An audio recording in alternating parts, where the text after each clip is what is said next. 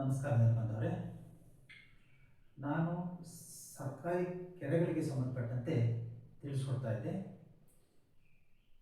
ಇವತ್ತಿನ ದಿವಸ ನಾನು ನೀರುಗಾಲುವೆಗಳ ಬಗ್ಗೆ ತಿಳಿಸ್ಕೊಡ್ತಾ ಇದ್ದೀನಿ. ಇದು ಒಂದು ಗ್ರಾಮದ ನಕ್ಷೆ ಆಗುತ್ತೆ.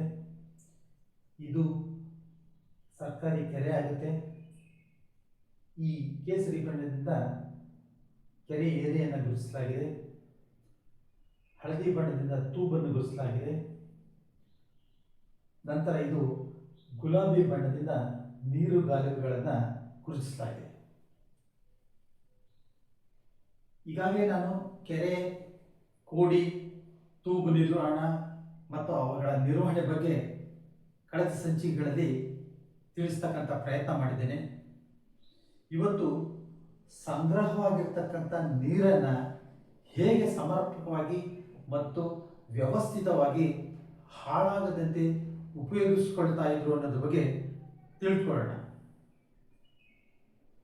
ಕೆರೆಯ ಹಿಂಭಾಗದಲ್ಲಿರ್ತಕ್ಕಂಥ ಎಲ್ಲ ತಗ್ಗು ಪ್ರದೇಶಗಳಿಗೆ ಹಾಗೂ ಅಚ್ಚುಕಟ್ಟು ಜಮೀನುಗಳಿಗೆ ನೀರನ್ನು ಹಾಯಿಸಲು ಕಾಲುವೆಗಳನ್ನು ನಿರ್ಮಾಣ ಮಾಡ್ತಾರೆ. ಇವುಗಳನ್ನು ನೀರುಗಾಲುವೆ ಅಂತ ಕರೀತಾರೆ. ಈ ಕಾಲುವೆಗಳ ಮೂಲಕ ಬೆಳೆಗಳಿಗೆ ನೀರನ್ನು ಹಾಯಿಸಲಾಗ್ತದೆ. ಪ್ರತಿಯೊಬ್ಬ ನೆಲಬಾಂಧವರು ತೂಬನ್ನು ತಿರುಗಿಸೋದ್ರಿಂದ ಹೆಚ್ಚು ನೀರು ಹಾಳಾಗ್ತಾ ಇತ್ತು. ಇದರಿಂದಾಗಿ ಒಬ್ಬ ವ್ಯಕ್ತಿಯನ್ನು ತೂಬ್ ಆಪರೇಟ್ ಮಾಡಲಿಕ್ಕೆ ನೇಮಿಸ್ತಾ ಇದ್ರು. ಈತನನ್ನು ನೀರುಗಂಟಿ ಅಂತ ಇದ್ರು. ಈ ನೀರುಗಂಟಿ ಬಗ್ಗೆ ಮುಂದೆ ಒಂದು ಸಂಚಿಕೆ ಮಾಡ್ತೀನಿ, ಅದರ ಬಗ್ಗೆ ತಿಳ್ಕೊಳ್ಳೋಣ. ಅತಿವೃಷ್ಟಿಯಿಂದ ಕಾಲುವೆಗಳಲ್ಲಿ ಹೂಳು ತುಂಬಿರೋದ್ರಿಂದ ಮತ್ತು ನೀರು ಹರಿವಿಲ್ಲತಕ್ಕಂಥ ಸಮಯದಲ್ಲಿ ಗಿಡಗಂಟಿಗಳು ಬೆಳೆದು ನೀರು ಸರಾಗವಾಗಿ ಹರಿತಾ ಇರಲಿಲ್ಲ. ಇವುಗಳನ್ನು ನೆಲಬಾಂಧವರು ಸಾಮೂಹಿಕವಾಗಿ ಒಟ್ಟುಗೂಡಿ ಸ್ವಚ್ಛಗೊಳಿಸ್ತಾ ಇದ್ರು. ಕೆರೆ ನೀರಿಂದ ಭತ್ತ, ಕಬ್ಬು ಮತ್ತು ಇತರೆ ಬೆಳೆಗಳನ್ನು ಸಹ ವರ್ಷ ಪೂರ್ತಿ ಬೆಳೀತಾ ಇದ್ರು.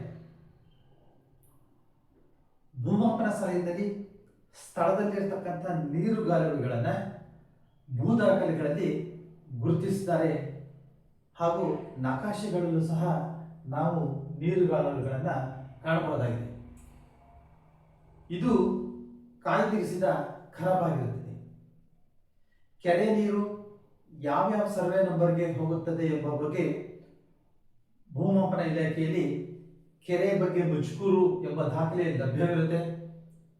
ತಾವು ಭೂಮಾಪನ ಕಚೇರಿಯಲ್ಲಿ ಈ ದಾಖಲೆಗಳನ್ನು ಪಡೆಯಬಹುದಾದ.